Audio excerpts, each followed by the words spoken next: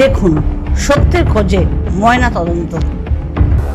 একটা phone call, একটা প্রতিশ্রুতি, যে কিনা আপনার সবচেয়ে বিশ্বস্ত মানুষ, সে যদি আপনাকে করে আপনার পিছনে এক বড় ষড়যন্ত্র, তাহলে কিরকম নির্মম পরিস্থিতি তৈরি হয় আজকে আমরা তারই বর্ণনা করব আমাদের এই ময়নাতদন্ত সেগমেন্টে।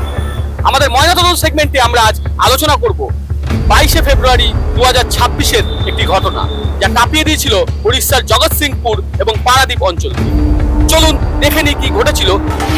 22শে ফেব্রুয়ারি সকাল 23 বছর বয়সী এক তরুণী ঘর থেকে বের হন এবং পরিবারকে জানান তিনি বিয়ের ব্যাপারে কথা বলতে যাচ্ছেন। তার প্রেমিক তাকে আশ্বাস দিয়েছিল, আজই আমরা বিয়ের ব্যাপারে সিদ্ধান্ত নেব। এই বিশ্বাসে তিনি পৌঁছন একটি নির্জন স্থানে, কিন্তু সেখানে পৌঁছানোর পর পরিস্থিতি বদলে যায়। বিয়ের আলোচনা নয়, শুরু হয় জোরপূর্বক শারীরিক নির্যাতন। অভিযোগ অনুযায়ী অভিযুক্ত প্রথমে তাকে শারীরিকভাবে আঘাত করে এবং ধর্ষণ করে, তারপর ওই নির্জন জায়গায় একা ফেলে চলে যায়। একটি মেয়ে একা, মানসিকভাবে বিপর্যস্ত, শারীরিকভাবে আহত। এখানেই কি শেষ? না না, তখনও বাকি ছিল আরো অনেক রোমাঞ্চ। সে অপেক্ষা করতে থাকে রহমা বাস স্ট্যান্ডে।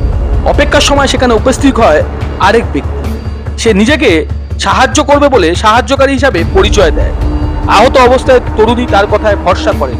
তাকে নিয়ে যাওয়া হয় তার ভাড়া বাড়ি ছাদে।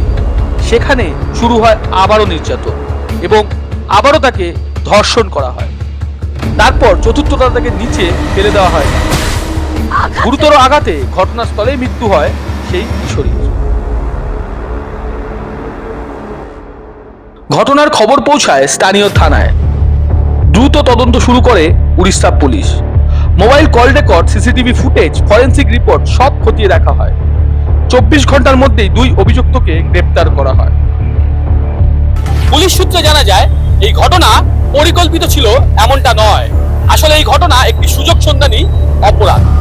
প্রথম অভিযুক্তের বিরুদ্ধে ধর্ষণ ও প্রতারণার অভিযোগ দায়ের করা হয়, আর দ্বিতীয় অভিযুক্তের বিরুদ্ধে দায়ের করা হয় ধর্ষণ ও হত্যার অভিযোগ।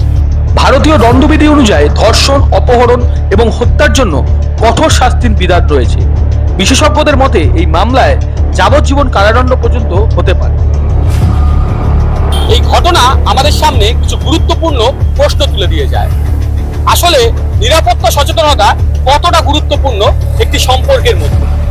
প্রতিশ্রুতি দিয়ে প্রতারণা, সেটা একটা সম্পর্ককে কোন জায়গায় নিয়ে যেতে পারে? আর নারী সুরক্ষায় আমাদের সমাজ কি সত্যি প্রস্তুত? বিশ্বাস মানুষের সবচেয়ে বড় শক্তি, কিন্তু সেই বিশ্বাস যখন ভুল মানুষকে করা হয় তখন তার মূল্য হয় ভয়াবহ। অপরাধ শুধু একটি খবর নয়, এটি একটি শিক্ষা।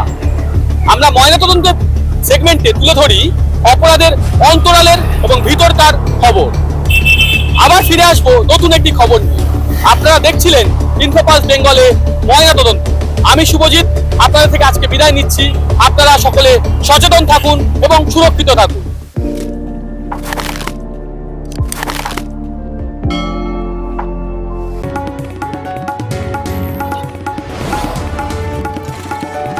আপনারা দেখছেন ইনফোপালস বেঙ্গল, সত্যের স্পন্দন, বাংলার কণ্ঠ।